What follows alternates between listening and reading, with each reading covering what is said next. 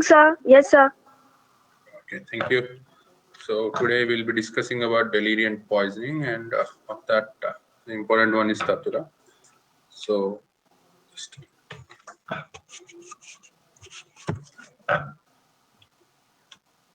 so which are the poisons that exhibit a delirium effect? Are normally the examples are Datura, Atropa belladonna, and Niger, cannabis, and cocaine. Of that, Datura poisoning is important for us. So the few poisons of the groups which exhibit the delirium effect. So you will be knowing about what delirium and all is, but the delirium effect is seen by normal in Datura, Atropa, and cannabis and cocaine. But of that, Datura is very important. So Datura, it's two types. That is Datura alba and Datura niger. And the flowers are bell shaped. So the flowers, fruits, and seeds, they're bell shaped and all those.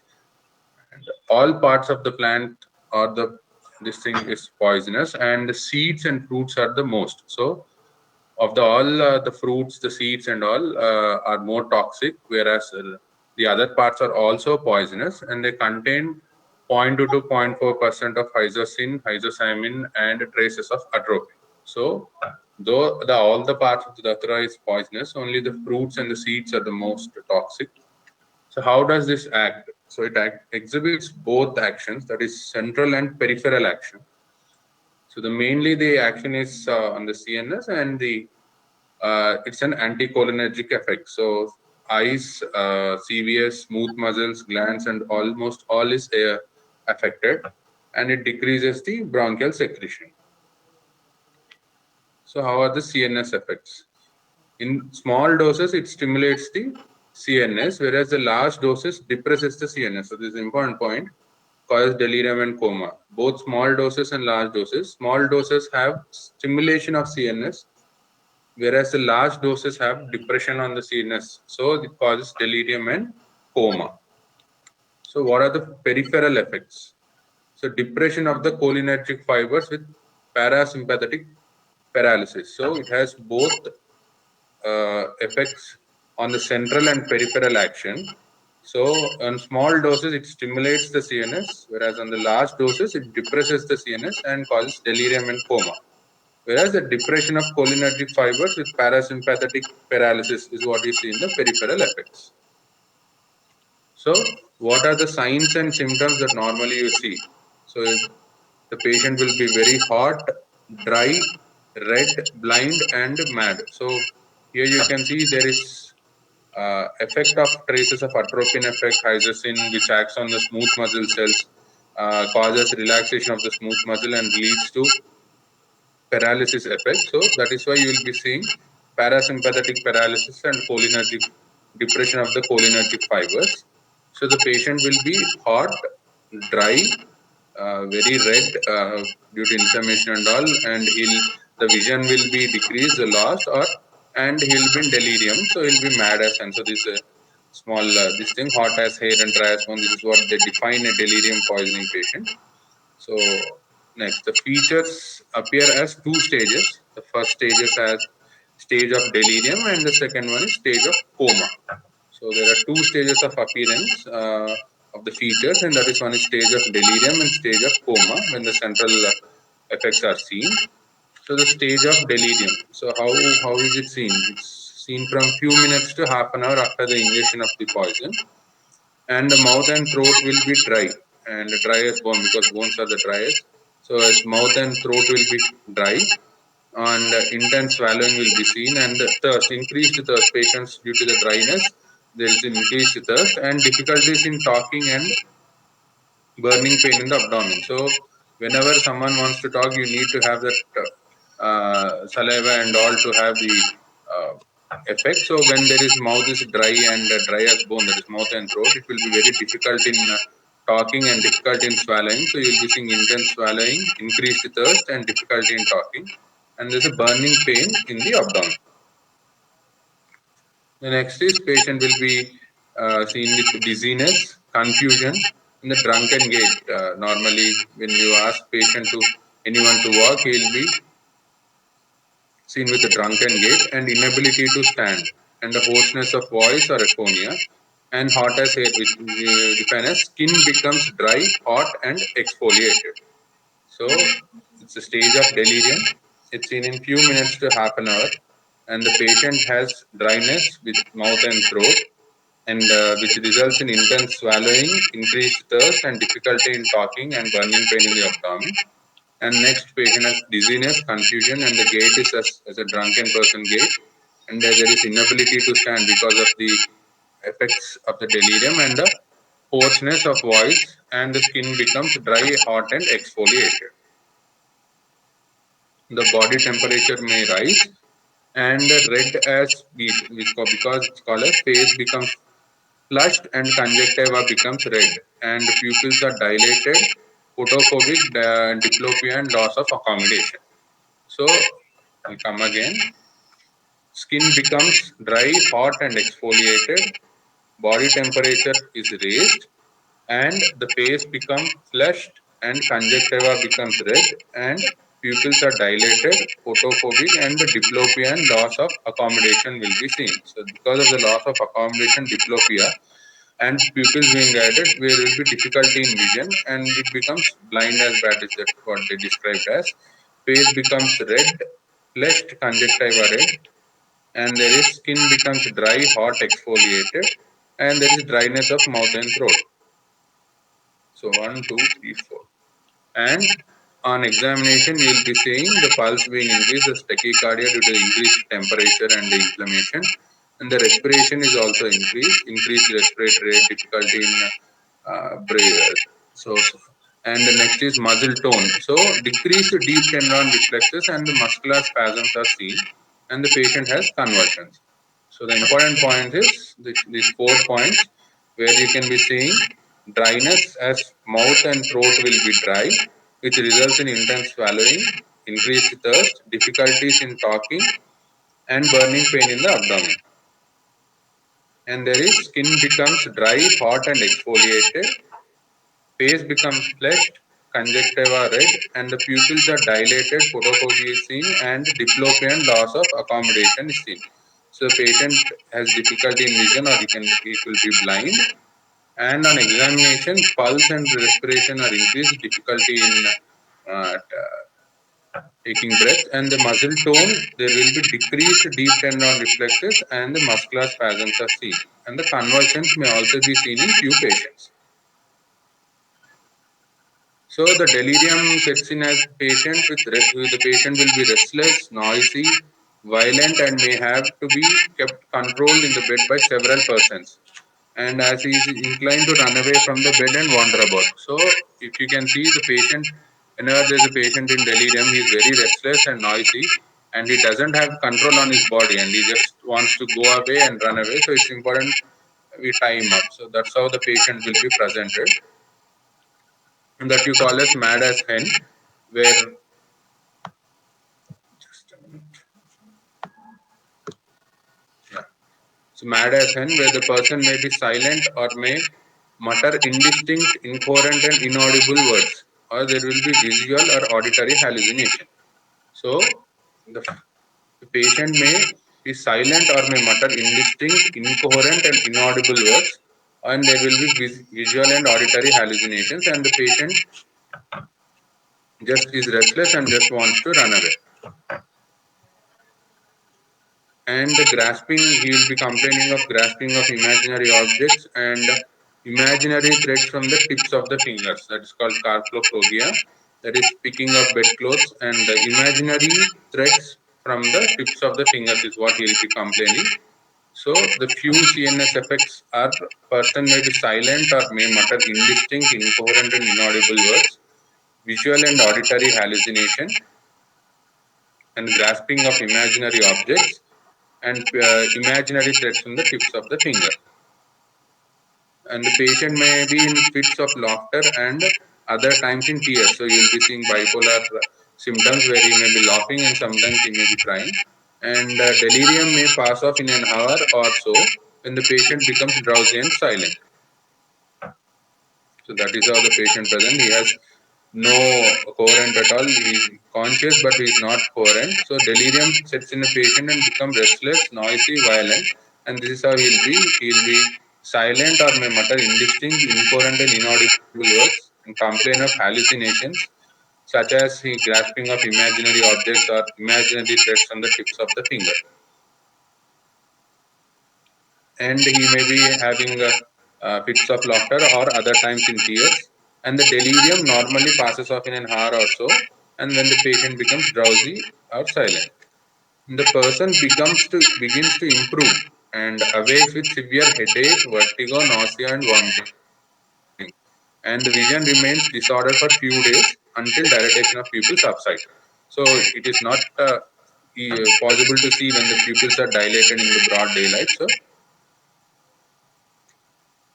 So finally, the patient recovers completely and remembers nothing of his illness or events that had happened.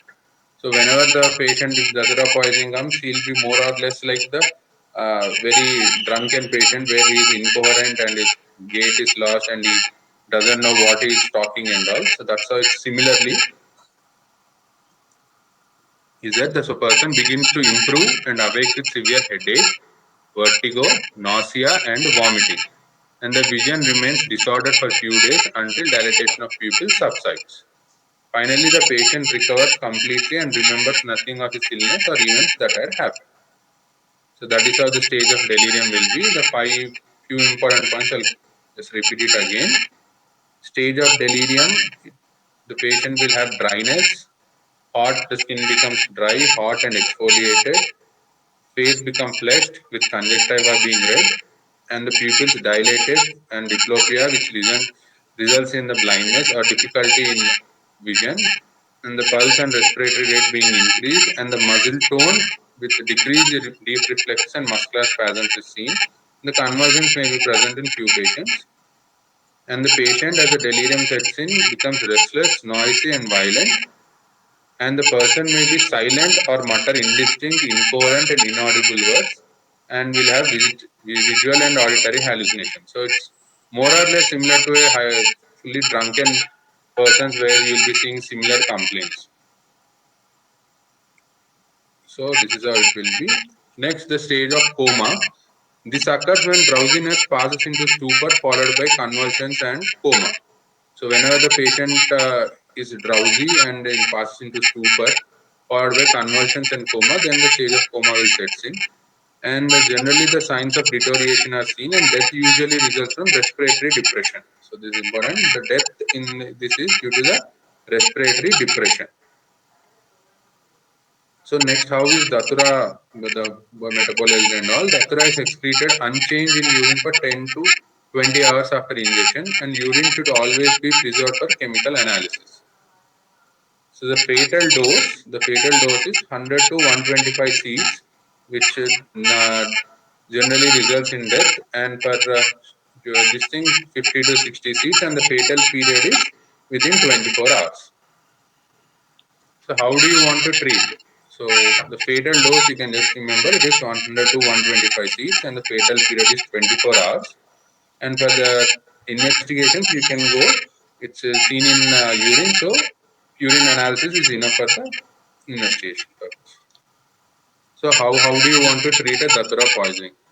So stomach wash with potassium permanganate and 4 to 5% of tannic acid, strong tea, coffee, or purgatives by mouth. So this is how you can do stomach wash with potassium permanganate, tannic acid, tea or coffee, and emetics will be given. And the drugs which will be given is physostigmine, 1 mg IV or in the route of intravenous or intramuscular per hour for 2 to 3 hours, and pilocarpine for 5 mg subcutaneous, and short-acting barbiturates for delirium, and light diet. So the few drugs which will be given in datura poisoning are physostigmine 1 mg intravenous or intramuscular per hour for 2 to 3 hours, and the pilocarpine 5 mg subcutaneous, and the short-acting barbiturates for delirium and light diet. So I'll just repeat it again. Stomach wash should be done first with potassium permanganate or tannic acid or strong tea or coffee, and then emetics are given, and the physostigmine with 1 mg intravenous or intramuscular per hour for 2 to 3 hours, and pilocarpine 5 mg subcutaneous, and short-acting barbiturates for delirium and light diet. And how will be the post-mortem appearance? It's not any characteristic.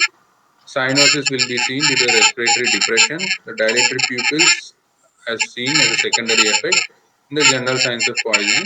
The seeds resist putrefaction, hence can be recovered from decomposed body. So this is important. Seeds resist the putrefaction, hence can be recovered from the decomposed body. The medical legal aspects rarely used for homicide or suicide, used for stupefying agent for theft, robbery, rape or kidnapping, and accidental poisoning. So here these are the few medical legal effects. Yes, I'll come back again and just give it once again. So it has though every part of the plant is poisonous, the seeds and the fruits are the most toxic. And the mode of action is it acts on the central and peripheral CNS. And the CNS effects, small doses stimulates the CNS, whereas the large doses depresses the CNS, causing delirium and coma. And the peripheral effects are depression of cholinergic fibers with parasympathetic paralysis. And the signs and symptoms we'll be discussing later. So features are stage of delirium and coma, stage of delirium and stage of coma. So the stage of delirium, the 5 points you should remember is there will be dryness in mouth and throat. There will be skin becoming dry, hot and exfoliated. And face becomes flushed with conjunctiva red, so patient will be red as beet, and pupils dilated, photophobia will be seen, diplopia is seen, and the loss of accommodation reflex is seen. So that results in difficulty in vision. The temperature may be raised. The next is person may be silent or may mutter indistinct, incoherent, and inaudible words. Or you can remember as patient will be complaining of hallucination, that is both visual and auditory hallucinations. And there will be laughter or other times in tears. And patient recovers completely but doesn't remember anything of his illness or events that had happened. In the stage of coma, when this drowsiness passes into stupor, followed by convulsions and then coma, and death usually results from respiratory depression. And urine analysis is done for the diagnosis, and the fatal dose is 100 to 125 Cs, and the fatal period is within 24 hours. And the treatment, it is with potassium permanganate and 4 to 5% tannic acid. You can do the stomach wash. And the drugs given are zostigmine 1 mg IV or IM route per hour for 2 to 3 hours, and pilocarpine 5 mg subcutaneous, and short-acting barbiturates for delirium, and light diet should be given. So that's it for the delirium poisoning, and we'll just go look into the chelating agents for all the poisonings or heavy metal poisonings we were discussing previous classes. So it acts as a protoplasmic poison by inhibiting essential. So we'll just skip this. Yeah. So what is chelation? It's a process of equilibrium reaction between metal ion and complexing agent that produces a stable, non-ionized, non-toxic, and water-soluble complexes which can be eliminated easily. So this one point will help you. The process of an equilibrium reaction between a metal ion and a complexing agent that produces stable, non-ionized, non-toxic, and water-soluble complexes that can be eliminated easily. The chelating agents have the ability to form complexes with heavy metal and prevent or reverse the binding of metallic cation to the ligands of the body. So they form a complexes with the heavy metal and they prevent the binding of metallic cation to the ligands of the body. So what are the ideal chelating agents? Which have the more affinity for metals than endogenous ligand, high solubility in water, resistance to biotransformation, form non-toxic complexes with toxic metals, accelerate mobilization or removal of the metals, cheap and easy to administer, and easy excretion of chelating complex. So the ideal chelating agents are which have more affinity for metals than endogenous ligand, high solubility in water, resistance to biotransformation, and they form non-toxic complexes with toxic metal, and they accelerate or remove the removal of the metals, and the cheap and easy to administer and easy excretion of chelating complex. The classification of chelating agents, the few are dimercaprol, D-pencilamine, EDTA derivatives, desferoxamine, and trientine. So these few are very important: dimercaprol, D-pencilamine, EDTA derivatives, desferoxamine, and trientine. The few important classification of chelating agents. So we'll discuss about dimercaprol, 2,3-dimercaptopropanol. It is synthesized and spoken. This is not important. BAL, the British anti-lewisite. It's called the dimercaprol, and it is developed as an antidote to lewisite, that is arsenic war gas, and it's oily, pungent, and viscous liquid. So, how does the mechanism of action is seen? So it forms a poorly dissociable complex with metallic ions and protects the sulfhydryl group enzymes and the prevention of inhibition of the enzyme. So it forms a poor dissociable complex, and the pharmacokinetics, it cannot be given orally, and it can be given only by deep intramuscular injection, and it has a very short T half, and the peak plasma levels is seen in half an hour to 1 hour, and it metabolized in 6 hours and excreted as glucuronide. So this is more important. Where is it used and what are its uses? It is used in the arsenic, mercury, and plum lead poisoning, and the dose is 5 milligram per kg stat, followed by 2 to 3 milligram per kg for every 4 to 8 hours for 2 days, and then twice daily for 10 days. So the British anti-lewisite, it's the poisoning of arsenic it is given, that is most important, and the lead and mercury poisoning also it can be given, and the dose is 5 milligram per kg stat, followed by 2 to 3 milligram per kg for every 4 to 8 hours for 2 days, and then twice daily for 10 days. So this is how they give the dose, and it's an adjuvant to irritate in the lead poisoning. So that's how it is given, and it's an adjuvant to penicillamine in Wilson's disease. So mostly the most important aspect is in the arsenic poisoning. It is used, and it can be also given in lead poisoning as an adjuvant, and in the Wilson's disease to an adjuvant to the penicillamine. And the contraindications are hepatic diseases and iron and cadmium poisoning, where we should not be giving the ball. So adverse effects. So uses and adverse effects are the important whenever you are discussing about any chelating agent.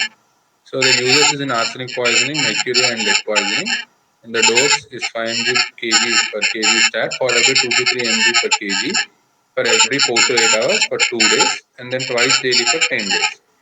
And the contraindications are hepatic diseases, iron and cadmium poisoning. And the adverse effects are injection is painful, as we will be giving it through by IM route, and the chances of sterile abscess will be seen. The allergic reactions, nausea, vomiting, and headache, and the lacrimation, conjunctivitis, and blepharospasm. Hemolysis in G6PD deficiency. But the important point is there will be an anginal pain, tachycardia, and hypertension. So the local effects are injection is painful and causes sterile abscess and allergic reaction. But the important adverse effects are anginal pain, tachycardia, and hypertension. And there will be other few normal adverse effects such as nausea and lacrimation, conjunctivitis.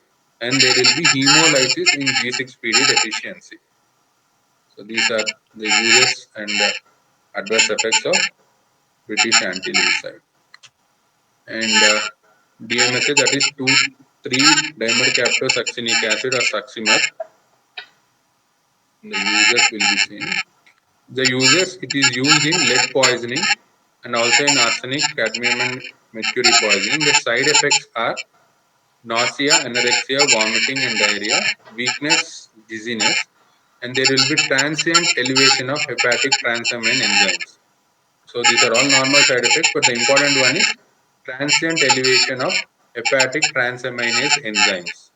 So very important adverse effect in the ball is anginal pain, tachycardia, and hypertension. Whereas in 2,3-dimercaptosuccinic acid, which is an water-soluble analog for dimercaprol, and it is orally administered. And the absorption rate is variable, and there is an rapid and extensive hepatic metabolism. So it leads to transient elevation of hepatic transamine enzymes because it has rapid hepatic excretion. So, and next is dimercaptopropane sulfonate. It is a water-soluble analog used in severe acute poisoning with arsenic, and the adverse effect is skin reaction. So, next is D-penicillamine, one of the important one. So, it is a degradation product of penicillin, and the pharmacokinetics, it can be given orally.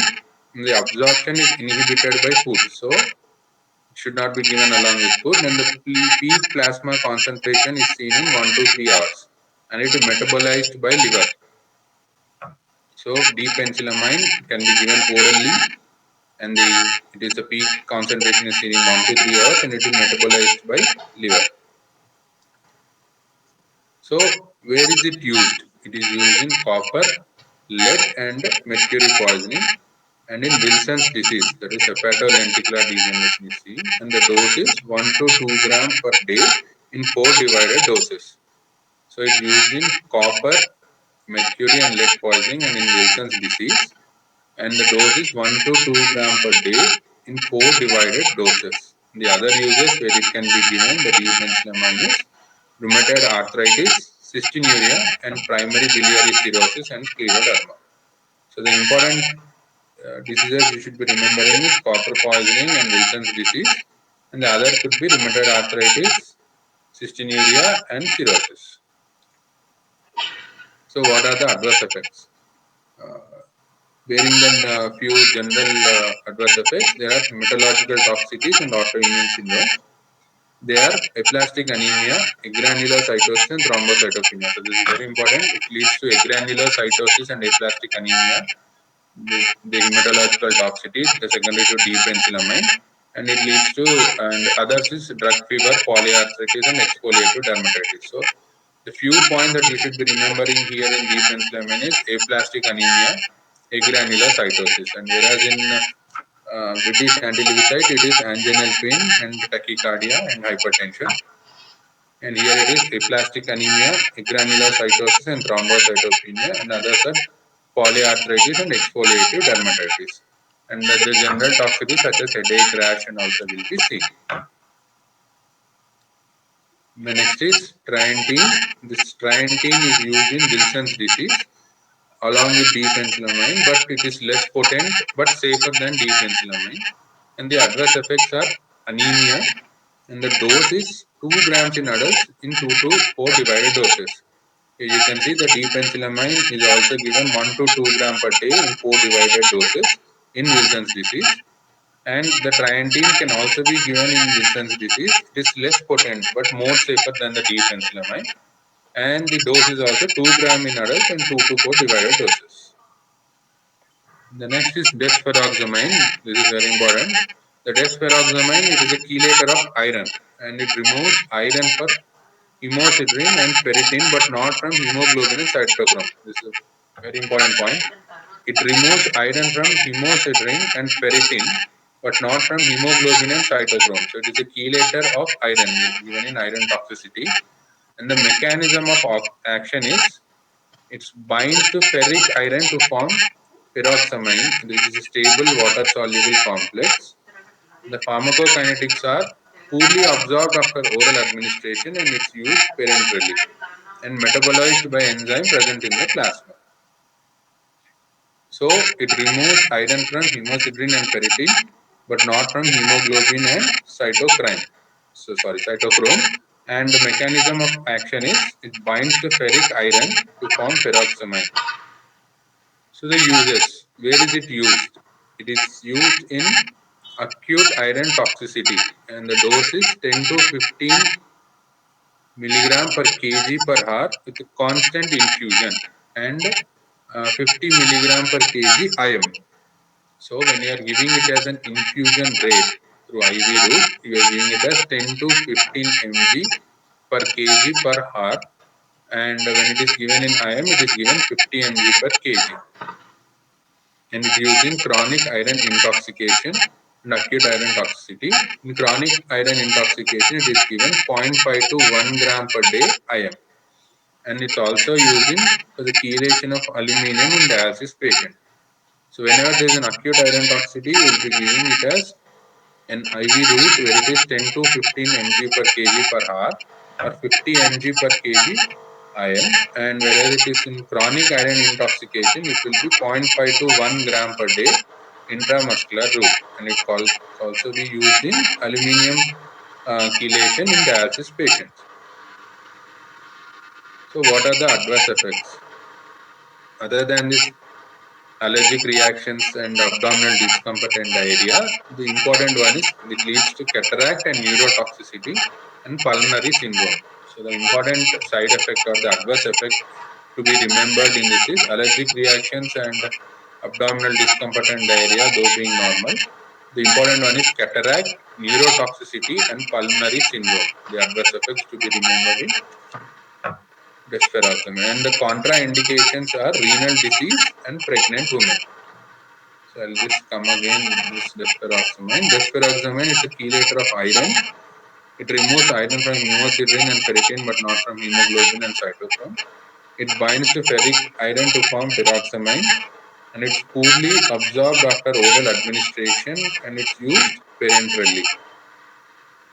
And the dose is acute iron toxicity, it's 10 to 15 milligrams per kg per hour for constant infusion, whereas 50 mg per kg per IM.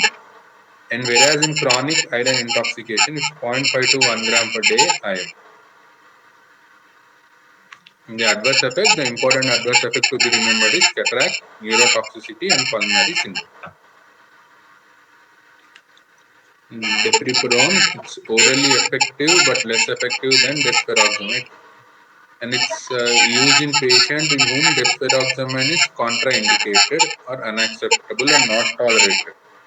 The adverse effects, so the dose is 50 to 100 mg per kg daily in 2 to 4 divided doses. So it is given only when the desferoxamine is contraindicated, such as in renal disease or in pregnant women, or unacceptable or not tolerated, and the dose is 50 to 100 mg per kg daily in 2 to 4 divided doses. And the adverse effects are anorexia, vomiting, joint pain, and blood dysuria. And deferriprone, it is orally effective and it is used when same as desferoxamine is contraindicated and in the iron overload. And the adverse effects are Fanconi-like syndrome, and the dose is 20 to 30 mg per kg. The next one, EDTA, that is ethylene diamine tetraacetic acid. And if you are EDTA, calcium EDTA, editate calcium disodium. So how does it chelate? It chelates divalent or trivalent metals, and it chelates extracellular metal ions more than intracellular ions. So the pharmacokinetics are, it's not absorbed orally, and it does not cross the blood-brain barrier, and the IM injections are very painful. So it used in lead poisoning. So when there is an acute poisoning, you will be giving it slow IV with 40 mg per kg in 2 divided doses per day for 5 days, and it can be used in other poisonings also, but it used mostly in lead poisoning with slow IV with 40 mg per kg in 2 divided doses per day for 5 days, and it leads to porphyria, also used in porphyria. And the side effects are, it leads to thrombophlebitis because it's mostly given in IV routes, and nausea, diarrhea, and there is oliguric renal failure, and there is hypocalcemic tetany due to the rapid IV infusion. So the side effects that is most important to be remembered in EDTA is it leads to oliguric renal failure and hypocalcemic tetany due to rapid IV infusion, along with thrombophlebitis and febrile reactions and myalgia and lacrimation. So though nausea, diarrhea, febrile reactions, the dermatitis and all is seen in almost in all chelating agents, a few important side effects relating to everyone is to be remembered. And for this EDTA, it is oliguric renal failure and hypocalcemic tetany due to rapid IV infusion. And dicobalt EDTA is used in cyanide poisoning.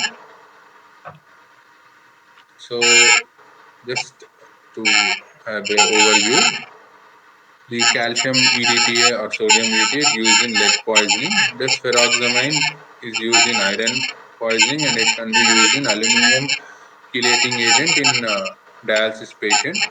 And the destriprone is used in iron poisoning, and dicobalt EDTA is used in cyanide poisoning. The dimercaprol, which is most important in arsenic poisoning, can also be used in mercury, lead, copper poisoning also. And D-penicillamine is used in copper poisoning. So I just go through the side effects once.